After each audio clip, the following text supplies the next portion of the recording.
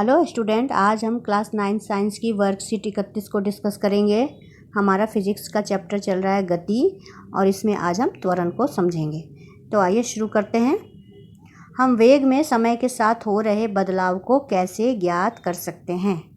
हमने जाना कि एक समान गति से चलने वाली वस्तु के वेग में समय के साथ कोई बदलाव नहीं होता, पर असमान गति में जैसे सड़क पर ट्रैफिक में चलती हुई कार का वेग समय के साथ बदलता रहता है। तो इसमें सबसे पहली लाइन में तो ये कहा गया है कि वेग में समय के साथ जो भी बदलाव आता है उसको कैसे हम कैलकुलेट करेंगे, उसकी गणना कैसे करेंगे। और उसके बाद ये कहा गया कि हमने दो तरह की गति देखी है, एक समान गति और असमान गति।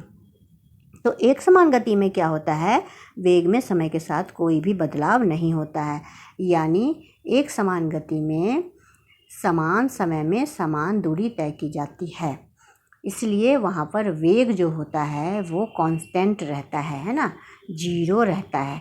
लेकिन असमान गति में क्या होता है, जैसे कि सड़क पर कोई गाड़ी जा रही है, ट्रैफिक में फंस गई। शुरू में गाड़ी की रफ्तार तेज़ थी, है ना, बाद में क्या हुआ, भीड़ हुई, ट्रैफिक हो गई, गाड़ी का वेग जो है वो कम हो गया। फिर सड़क खाली मिली थोड़ी देर बाद, तो फिर से वेग जो है वो बढ़ गया। तो इस तरह से हम देख रहे हैं, क्या देख रहे हैं कि ये जो एक असमान गति में क्या होता है कि वेग में काफ़ी बदलाव होते हैं, समय के साथ वो घटता बढ़ता रहता है। लेकिन एक समान गति में कोई भी बदलाव नहीं होता है। तो वेग में समय के साथ हो रहे इसी बदलाव को हम त्वरण कहते हैं। वेग में समय के साथ, देखिए लाइन लिखी है, तो इसको त्वरण कहा जाता है। और इसे ए से हम डिनोट करते हैं, ए के द्वारा व्यक्त करते हैं। किसी वस्तु के प्रति इकाई समय में वेग में परिवर्तन की माप को त्वरण कहते हैं। ये इसकी डेफिनेशन है जो आप अच्छी तरह से याद रखेंगे। किसी वस्तु के प्रति इकाई समय में वेग में परिवर्तन को त्वरण कहा जाता है। और त्वरण को ए से डिनोट करते हैं और इसका फॉर्मूला भी दिया हुआ है। त्वरण का मतलब है वेग में परिवर्तन बटा समय। और वेग में परिवर्तन कैसे होगा, चेंज कैसे होगा, जब अंतिम वेग कुछ होगा और प्रारंभिक वेग कुछ होगा, है ना, दोनों में तभी तो अंतर होगा। तो यहाँ हो जाएगा अंतिम वेग माइनस प्रारंभिक वेग बटा समय, जिसको टी से बताया गया है। अंतिम वेग को वी से बताया गया और प्रारंभिक वेग को यू से बताया गया। ये वी हो गया, ये यू हो गया और ये समय टी हो गया। समय को टी से बताते हैं। अब इसका फॉर्मूला देखिए, त्वरण बराबर ए बराबर v minus u by t. ये हो गया त्वरण और ये वी हो गया अंतिम वेग, प्रारंभिक वेग बटा टी।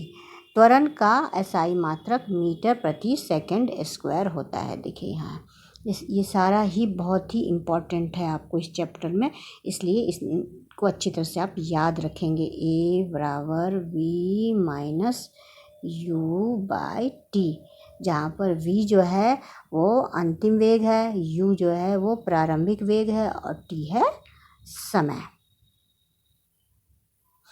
अब त्वरण के बारे में है, यदि वस्तु का अंतिम वेग प्रारंभिक वेग से अधिक होता है तो त्वरण धनात्मक होता है, और अगर अंतिम वेग प्रारंभिक वेग से कम होता है तो त्वरण ऋणात्मक होता है, जिसे मंदन गति भी कहा जाता है। अब देखिए, कोई वस्तु है जो चलना शुरू करती है, इसका प्रारंभिक वेग 10 मीटर प्रति सेकंड है और अंतिम जो है वो 20 मीटर प्रति सेकंड है। तो क्या होगा, प्रारंभिक 10, अंतिम 20। तो जब हम इसको इसमें पुट करेंगे तो आपका पॉजिटिव ही तो आएगा। अंतिम 20 है, 20 माइनस 10 क्या होगा, ये आपका टाइम कुछ भी हो, मान लीजिए टी टाइम ही है, तो ये 20 माइनस 10 10 होगा, तो ये धनात्मक होगा। लेकिन अगर इसको उल्टा कर दिया जाए, अंतिम 10 प्रारंभिक 20, तो फिर v माइनस यू का क्या वैल्यू इसकी होगी, v हो गया आपका 10 माइनस 20। तो 10 माइनस 20 तो माइनस में आएगा, यानी कि ये ऋणात्मक हो जाएगा। फिर ये पूरा term v minus u by T का पूरा टर्म ही ऋणात्मक हो जाएगा। इसलिए ये बात लिखी हुई है कि अंतिम वेग जो है यहाँ देखिए, अंतिम वेग प्रारंभिक वेग से अधिक होता है तो धनात्मक होगा और उसको त्वरित गति कहते हैं। लेकिन अंतिम वेग प्रारंभिक वेग से कम होगा तो ऋणात्मक होगा, जिसको हम मंदन गति कहते हैं। एग्जाम्पल देख लीजिए। यदि एक रुकी हुई बस के चलने पर वह 2 सेकंड में 5 मीटर प्रति सेकंड का वेग या गति प्राप्त कर लेती है तो इसका त्वरण कितना होगा। बहुत ही आसान है, आपको समझ में आ जाएगा। तो रुकी हुई बस है इसलिए इसका प्रारंभिक वेग 0 होगा और चलने के बाद 2 सेकंड का टाइम लेती है, वह टाइम 2 सेकंड हो गया और फिर उसका जो वेग है वो 5 मीटर प्रति सेकंड हो जाता है। तो ये अंतिम वेग 5 मीटर प्रति सेकंड। अब ये फॉर्मूला जो हमने ऊपर पढ़ा है उसमें हम इसको पुट कर देंगे, v minus u by T. तो v हो गया आपका 5 माइनस u हो गया 0/t टाइम 2 हो गया। अब ये 5 में से 0 गया, क्या बचेगा? 5 बचेगा, 5/2। जब ये कटेगा तो ये 2.5 यानी कि 2.5 मीटर प्रति सेकंड स्क्वायर ये हो जाएगा आंसर। अब इधर देखिए, किसी वस्तु के ग्राफ को वेग समय ग्राफ से निरूपित किया जाता है। ये वेग समय ग्राफ है, यानी कि वेग और यहाँ समय है ना। एक्स एक्सिस पे आपका समय है और वाई पर आपका क्या है? वेग है। इस तरीके से बनाया गया और ये ग्राफ बिल्कुल आपको सीधी दिख रही है। तो अब समझते हैं सीधी कैसे है। त्वरण भी एक समान और असमान होता है। जिस तरह से आपने अभी पढ़ा, एक्सेलरेशन त्वरण क्या होता है? एक समान और असमान होता है। यदि एक वस्तु सरल रेखा में चलती है और उसका वेग समान समय में समान रूप से घटता या बढ़ता है तो एक समान त्वरण हुआ, है ना। जैसे कि ये सीधी रेखा खींच रही है, मतलब या तो घटना भी समान रूप से समय के समान अंतराल में घटेगा, है ना। जैसे कि आप मान लीजिए 1 घंटे में कोई गाड़ी 50 किलोमीटर जा रही है, उसके अगले घंटे में फिर उतना ही घटेगा, है ना। पहले घंटे में चाल अगर उसकी 50 किलोमीटर प्रति घंटा है और पहले घंटे में वो कम हो करके 30 किलोमीटर प्रति घंटा हो गया, फिर उसके अगले घंटे में फिर घट करके 20 और घट गया तो फिर हो गया वो 10 किलोमीटर प्रति घंटा। इस तरह से अगर समान रूप से घटे या फिर समान रूप से बढ़े तो ऐसे त्वरण को एक समान त्वरण कहेंगे और इसका ग्राफ जो है बिल्कुल सीधा जाएगा। अब इसका एग्जाम्पल दिया हुआ है, जैसे कि एक गिरता हुआ पत्थर, कोई पत्थर जो है ऊपर से अगर छोड़ दिया गया है तो फिर क्या होता है? उसका वेग लगातार बढ़ता है और समय के समान अंतराल पर समान रूप से बढ़ता है। ये बहुत ही इम्पोर्टेंट है, एक समान त्वरण का ये एग्जाम्पल है। यदि एक वस्तु का वेग असमान रूप से घटता या बढ़ता है तो असमान त्वरण होता है।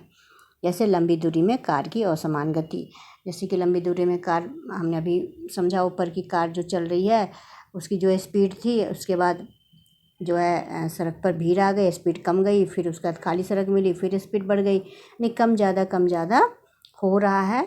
तो इस तरह के इसमें यहाँ पर जो त्वरण में बदलाव आएगा वो असमान त्वरण होगा और इसका ग्राफ जो है वो देखिए कैसे ऐसे कर्व सा हो रहा है, क्योंकि यहाँ पर त्वरण में कमी या बढ़ोतरी जो होती है वो एक तरह से नहीं हो रही है, कम ज़्यादा हो रही है।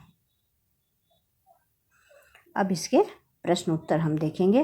पहला है, त्वरण किसे कहते हैं? इसके सूत्र और इकाई को स्पष्ट कीजिए। तो त्वरण किसे कहते हैं ये ऊपर ही लिखा हुआ है आपको। किसी वस्तु के प्रति इकाई समय में वेग के परिवर्तन को त्वरण कहते हैं। और उसके बाद आपको त्वरण ए बराबर v minus u by T, है ना। ये फॉर्मूला लिख दीजिए, यहाँ भी लिख सकते हैं, ये भी लिख सकते हैं। पहले ये लिख दीजिए, त्वरण बराबर वेग में परिवर्तन बटा लिया गया समय, फिर लिख दीजिए a बराबर v minus u by T और फिर फाइनली इसका SI मात्रक v लिख दीजिए, मीटर प्रति सेकंड स्क्वायर। ये आपका पहले क्वेश्चन का आंसर है। उसके बाद है, एक हवाई जहाज़ हवाई पट्टी पर 30 सेकंड में 200 मीटर प्रति सेकंड का वेग प्राप्त कर लेता है, इसका त्वरण ज्ञात कीजिए।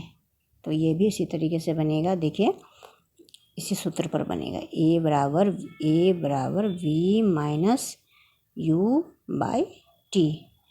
अब इसका अंतिम वेग प्रारंभिक वेग ये देख लीजिए, अंतिम वेग जो है वो इतना है, समय इतना है और शुरुआत जो है वो विराम से हुई है तो प्रारंभिक वेग जो है वो 0 है। अब इसमें आप इसको पुट कर दीजिए, अंतिम वेग हो गया आपका 200 माइनस प्रारंभिक वेग 0 बटा समय 30। तो 200 में से 30 गया तो क्या बचा, 200 बचा, नीचे 30, 0 0 काट दीजिए तो हो जाएगा 20/3। क्योंकि हम त्वरण निकाल रहे हैं, इसका यूनिट आपको पता है मीटर प्रति सेकेंड स्क्वायर। ये हो जाएगा आपका आंसर क्वेश्चन नंबर 2 का।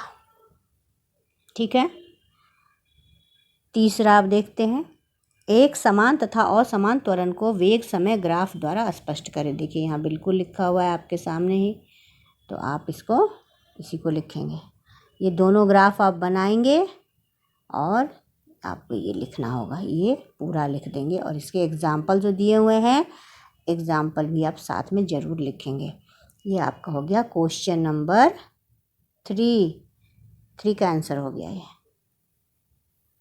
अब है, कोई कार एक समान रूप से त्वरित होकर 5 सेकंड में 5 मीटर प्रति सेकंड से 10 मीटर प्रति सेकंड की चाल प्राप्त कर लेती है, कार का त्वरण कितना होगा। त्वरण निकालना है तो त्वरण का फॉर्मूला हम यही वाला डालेंगे, a बराबर b minus u by T. और v यानी अंतिम वेग इसका हो गया 10 माइनस u यानी प्रारंभिक वेग, प्रारंभिक कितनी थी 5 से 10 हुई थी ना, तो पहले प्रारंभिक यानी शुरू वाली, बटा टाइम कितना लगाया इसने 5 सेकेंड, बस इसको यहीं कर दीजिए, 10 से 5 गया 5/5, ये यहीं कट गया, 1 हो गया, 1 मीटर प्रति सेकेंड स्क्वायर, ये इसका आंसर हो जाएगा। ये हो गया आपका क्वेश्चन नंबर 4 का आंसर। इस तरीके से आपकी ये वर्कशीट फिनिश हुई और मुझे आशा है कि आपको अच्छी तरह से ये समझ में आ गई होगी। अगर अच्छी तरह से समझ में आई है तो आप अपने दोस्तों से इसे अवश्य शेयर करें। Thank you.